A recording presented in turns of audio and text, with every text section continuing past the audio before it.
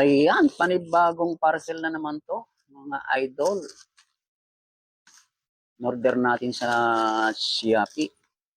Dumating nung isang araw pa. At ngayon ko lang ma-open ito.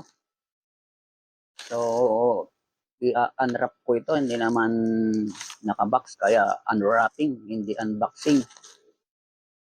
So, tara po, samahan nyo po akong buksan ito. Laki niya, oh.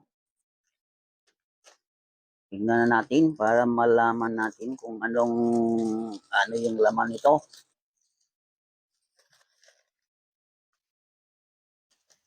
Plastic pa sa loob, oh.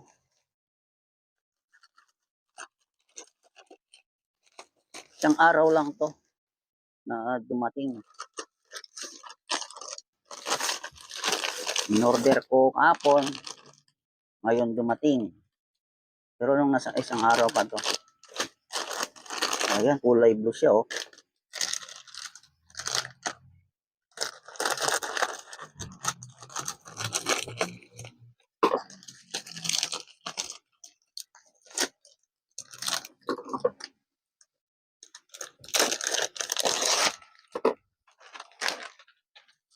Ayan, kilala nyo ba ito, mga idol? Alam nyo ba kung ano ito? Yung mga may studio dyan. Yan, oh.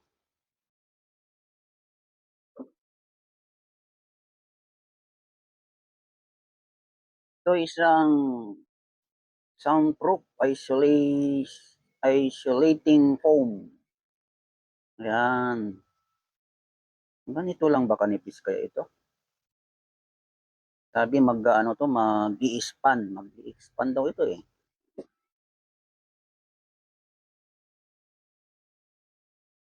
Titigit ko yan dyan sa aking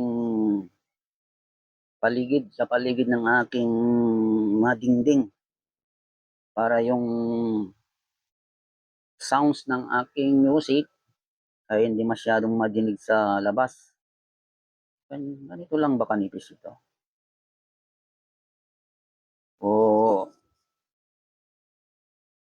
sa picture sa Shopee, ano eh, parang ito'y ano, makapal siya. Pero sabi ng iba dyan na nag-comment sa section ng Shopee, mag-e-expand daw ito. Medyo tataba siya. Tingnan natin. Bilangin na natin ito kung ilan.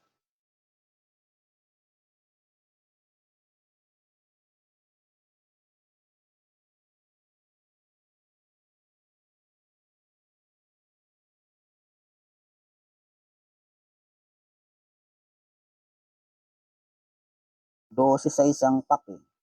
1, 2, 3, 4, 5, 6, 7, 8, 9, 10, 11, 12. 12 nga. So ilalagay ko lang sa isang tabi. Baka nga mag-e-expand yan.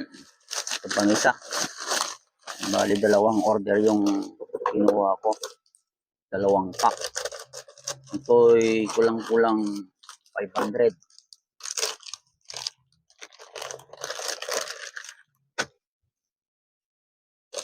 474. Yung dalawa.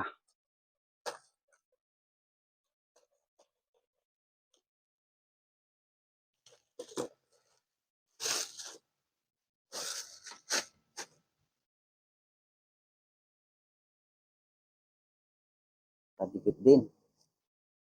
Kailangan babaklasin siya.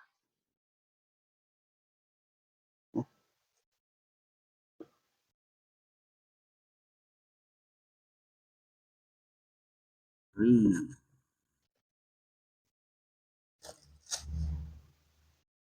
4, 5, 6, 7, 8, 9, 10, 11, 12. 12 din. So kulang pa siguro ito sa aking dingding. mag-order na lang ulit.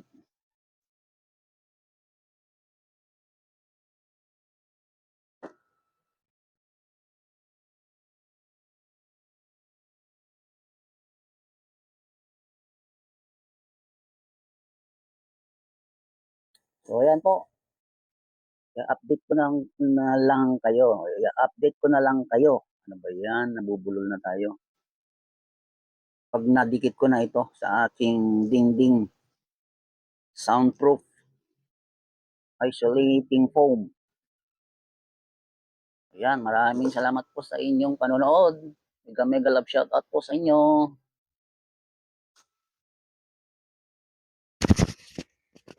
16 hours later.